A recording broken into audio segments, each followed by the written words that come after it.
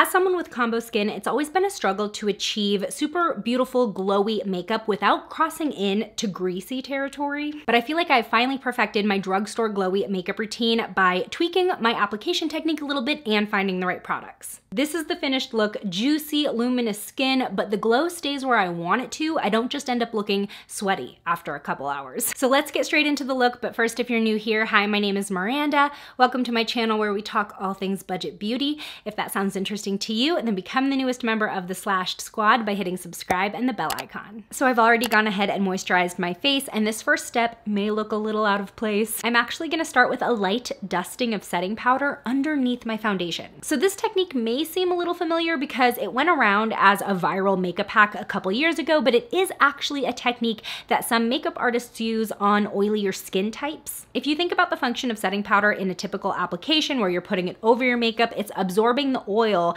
that's come through your skin and through the layers of your makeup that's now kind of on the surface. So by putting setting powder under your foundation, you're kind of creating a first line of defense for oil absorption before it even hits your makeup layers. So I'm using the Honest Beauty Invisible Loose Blurring Powder. This is talc-free, and I'm not sure if there's any merit to this, but I do feel like talc-free powders work best for this technique because talc can be a little chalky, which can contribute to more of a cakey appearance, especially because we're putting liquid over it. And in general, this is just a very, very fine, thin powder, and it's really easy to apply in an even layer. And I want it everywhere so that we don't end up with any splotchiness. If you have dry skin, this can be an optional step. I'll leave that up to your discretion, but normal, oily, or combo skin, it'll be really helpful. So when you're going for a glowy makeup look, but you don't wanna cross into greasy territory, the key is to use a balance of finishes throughout the whole look. If you just choose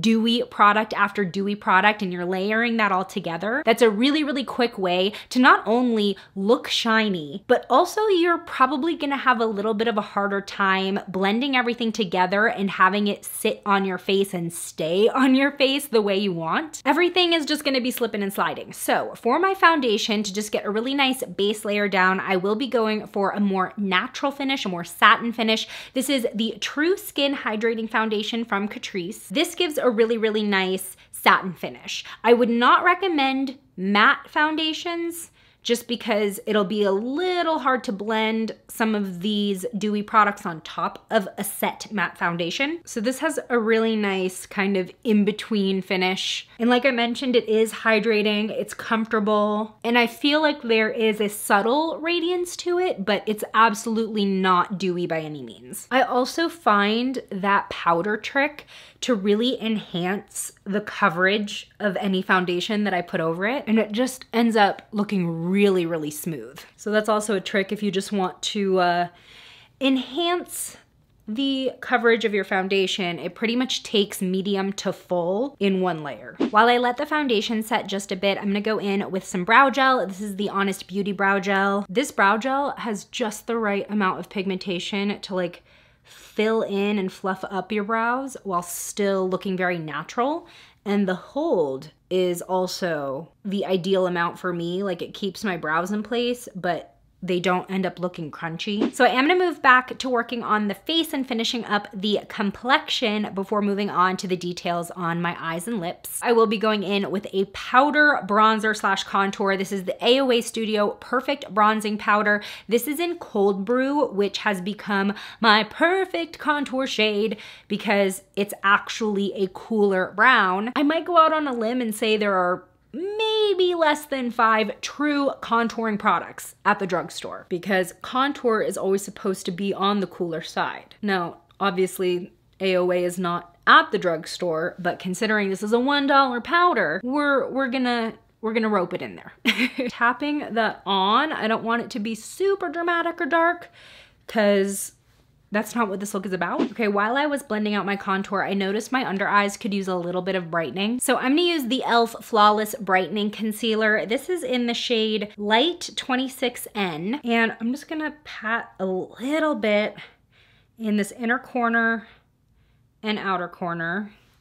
just a tad. We're not doing like the whole over concealed wing here. We're really just trying to brighten up this area. I got my acrylics off so I can like actually use my fingers to apply makeup again. I don't think I realized how much I relied on my fingers for some of these tight spaces before I got acrylics. Okay, moving back to the cheeks, I am ready to apply my cream blush. Now, I was very torn on which drugstore cream blush to use for this routine, especially because I just did my best drugstore cream blushes YouTube short, and this blush wasn't in that video, but this is one of the dewiest options you have at the drugstore. It will definitely bring the glow. This is the Pixie on the Glow blush. Now, the reason I did not include this blush in that video is because this is, to me, a very finicky product, and it does take a little bit of patience in order to apply this in a way where it will look smooth on the skin without disrupting your makeup underneath and actually last long. So I'll give you the tips on how to use this product best and get the most out of it.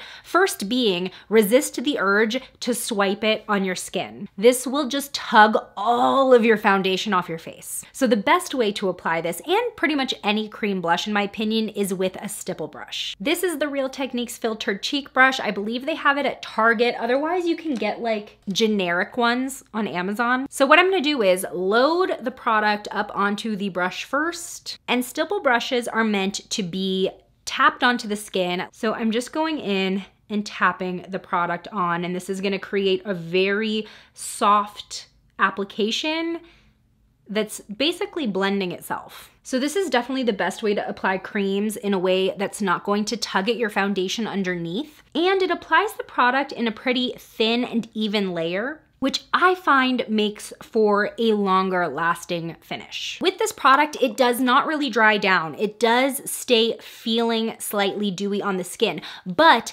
much less so when applied with a brush versus applying straight from the tube or even with your fingers. Now, just as important as the right cream blush is to this super glowy drugstore makeup look, highlight is really what's gonna bring this look home. And this is probably my biggest tip for staying glowy, not greasy. I am going to use a dewy cream highlight for my cheeks, but then I'm going to switch to a powder highlight for my forehead, my nose, and my Cupid's bow. So the cream highlight I will be using is the Milani Supercharged Cheek and Lip Multi-Stick. This is in the shade Power Highlight. This is such a dewy and glossy highlight. It definitely gives that glass skin look. The only thing I don't like about it is the packaging.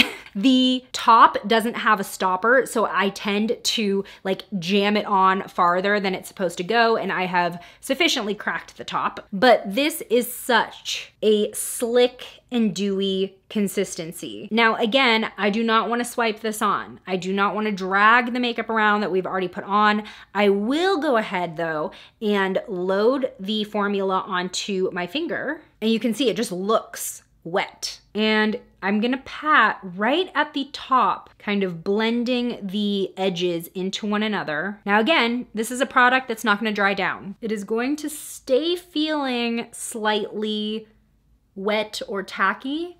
That's just the name of the game when you're working with these type of glossy skin products. But that's also why we're not going to apply it everywhere. So as you can see, we have the juiciest skin ever right now, but applying something this wet looking on the forehead and the upper lip, that's just gonna look like sweat. So for those areas, I'm gonna be taking a powder highlight. This is the Essence Pure Nude Sunlighter. And yes, this is different from their Pure Nude highlighters. The Sunlighter is more of a pigment glow versus a shimmer glow. And I'm only gonna lightly go on my forehead here. So on top of the brow, tip of the nose, and the Cupid's bow. So even though this look is mostly all about the complexion, I do want to add some glowy elements to the eyes and lips. While glossy lids are a thing, that's a thing I cannot get behind. I already have oily eyelids, and adding gloss to them sounds awful. But I also don't want to leave them bare. So to add a little bit of a glowy lid look, I will be using the Kokie Cosmetics Crystal Fusion Liquid Eyeshadow. You can use any liquid eyeshadow you want. I also really love the e.l.f. Liquid Glitter Eyeshadows, but I would suggest a shade that blends into your skin tone really well. This is the shade Celeste, and it is a very glowy champagne shade. And I'm gonna apply that all over the lid, and I find that this will give sort of that glowy glossy look without the glowy glossy feel. I'm mostly concentrating on the lid, but we can bring that all the way up to the brow bone as well. So you can tell the difference between my bare lid and the one with eyeshadow. It is very subtle, but I think it adds just the right amount of pop. The reason I like these liquid eyeshadows for this purpose particularly is that when you blend them out with your finger, they do sheer out a little bit. So it's not like you're putting on a metallic liquid eyeshadow. It ends up just looking like a glowier version of your skin color. Totally optional. I'm just gonna add a little baby winged liner with some eyeshadow. Really just a flick there to elongate my upper lash line. And I'll be topping my lashes off with the Physicians Formula Breakfast Club Detention Mascara. This mascara gives my lashes just this nice, long, fluffy look that is definitely accentuated, but still looks natural and never clumpy. Like, hello, look at that difference.